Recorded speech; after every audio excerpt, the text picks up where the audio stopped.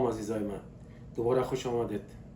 آشپزی با محسن کامل. امروز میخوایم یک غذای مجلسی، پخت بادمجان با گوشت آماده کنم و ایره در خانه آماده کنین. خیلی یک غذای خوشمزه است که ازش لذت میبرین. میتونین تنها نوشیجان کنین یا با برنج یا با نان. دیگه ما از گوشت خود شروع میکنم. قربان محبت شما. چینل ما را سابسکرایب کنید، لایک کنید، شیر کنید، کامنت کنید و بیننده چینل ما باشین. ما عزیزای ما گوشت توته میکنم به اندازه 2 اینچ. این را آماده میسازیم. گوشت قبلا شستیم، آماده است.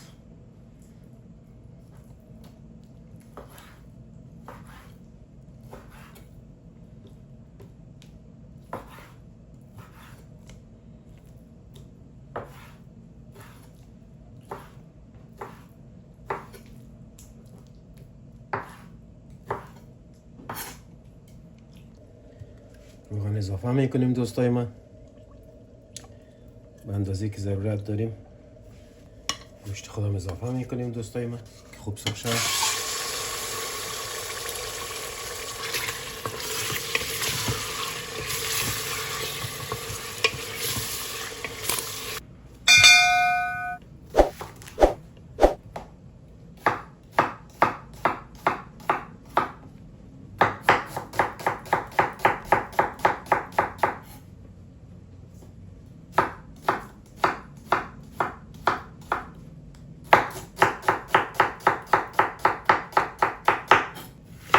نازنین ها پیاز خرد میکنیم، نگینی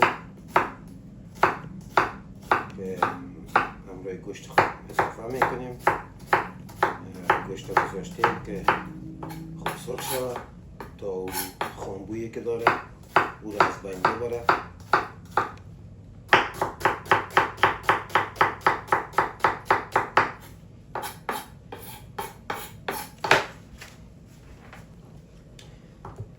نازنینا سیرام خرد میکنیم در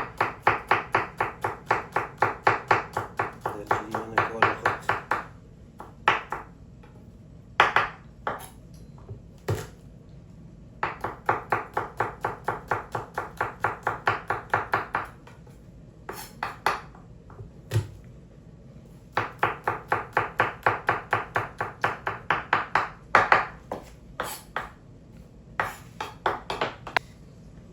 دو عدد مرچ تازه داریم، ایران ما خود میکنم، آمادهش میکنم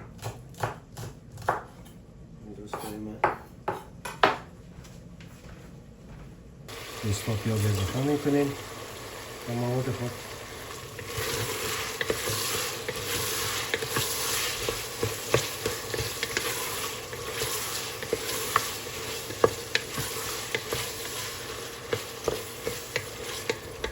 دوستا سیر اضافه میکنیم همراه مواد خود. تازه هم اضافه میکنیم با مواد خود.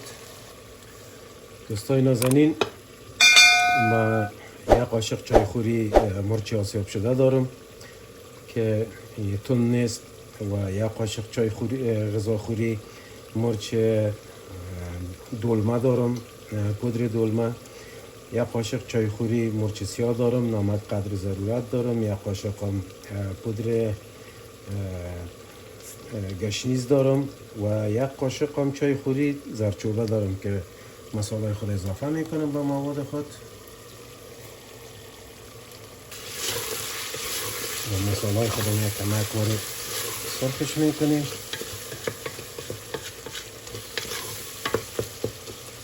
دو آب جوش اضافه میکنم و ایره باز بخارش میکنم تا گوشت ما خوب نرم شود.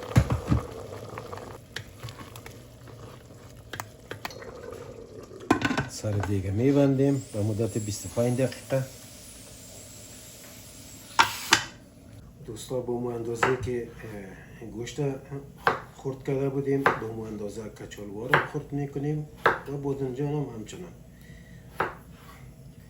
بعد ما روغن گذاشتیم که اینا را باز ما در روغن سرخ میکنم میشه. بعد از اینکه گوشت ما آماده میشه باز کچالو رو اضافه میکنم. به دوستای ما بادمجان خودم ما به این شکل پوستش یک خط میندازم. باز اگر شما دوست داشتین میتونین مکمل پوستش کنین، ولی ما با استایل خود پختش میکنم که باید پوستش همراهش باشه. به این شکل خردش میکنیم با اون اندازه که گوشت و کچالو رو خرد کرده بودیم تقریبا یعنی کافی است. دوستای ما کچالو رو اضافه میکنم و این سرخ میکنم. روغن کچالو ما که مکمل تمام شد، بعد از بادمجان رو سرخ میکنیم.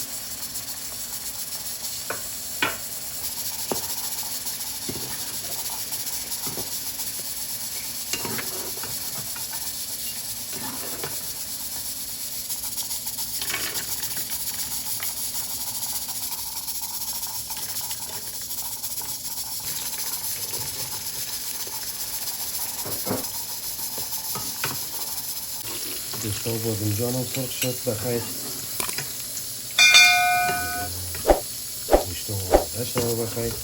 داره اضافه کنیم همیشه و یک غذای بسیار بسیار لذیذ انشاءالله به دست میه.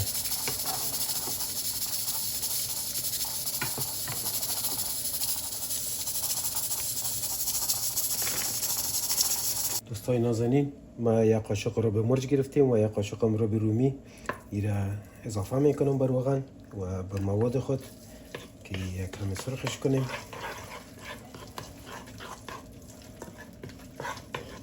اینا رو به ما سرخ شده و ما 4 عدد بادمجان رومی متوسط اضافه میکنم که رو بخود و ایره کمک رو سرخ میکنم، زیاد سرخش نمیکنم که تقریبا میخوایم که بادمجان های رومی همراه غذای ما آشکارا باشه، یعنی لواب نشه، تقریبا پخته باشه ولی زنده باشه. از اینا گوشتی که انداخته بودیم آماده است، بخارش هم آماده است. مواد خود همراه بادمجان رومی اضافه میکنم.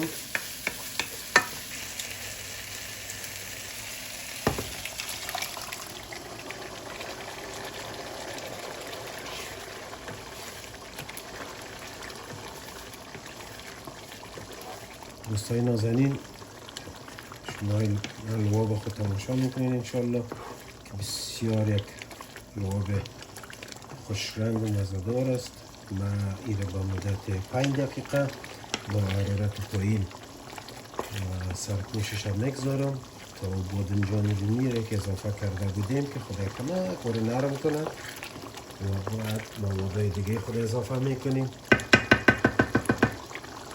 دائما لوابی را که ما میخواستیم آماده کنیم برازی و این بسیار با وجه احسن و بسیار ماشاءالله درست شد که ما موادایی که بادمجان و کچالو را که سرخ کرده بودم این را با مواد خود اضافه میکنم.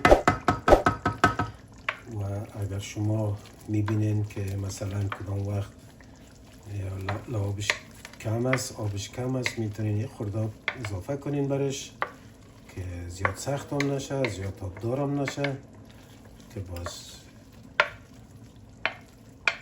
چیزی را که میخواین به دست نمیاد.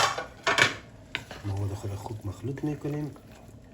البته مواد مخلوطش آماده است دیگه، فقط 15 دقیقه 10 تا 15 دقیقه میگذاریمش اما تو به حالت خود دم بگیره. بسیار به حرارت پایین و یک غذای بسیار مکمل، لذیذ، خوشمزه که باور کنین شما اگر در خانه امتحان کردین اینا خیلی لذت بخش است، خیلی خوشمزه است. فعلا من کمبود آب داری نمی بینم و این لواب برازی کافی است. این ما مدت چند دقیقه این به حرارت پایین به دم میمانم. دوستای نازنین، غذای ما مکمل شد و یکی از بهترین غذاست. حتما امتحان کنید در خانه و لذت ببرین و ناگفته نمانه هزار کشوری که بیننده هستین چینل ما را لطفا کامنت کنید و با دوستانتان شیر کنید. قربان محبت شما دیگه. یک جهان سپاس. مواظب خودتان باشین. خداحافظ نگهدار. چینل ما رو سابسکرایب کنید، کامنت کنید، شیر کنید. قربانتان. سلامت باشین. مواظب خودتان باشین. خداحافظ نگهدار تا یک برنامه بعدی.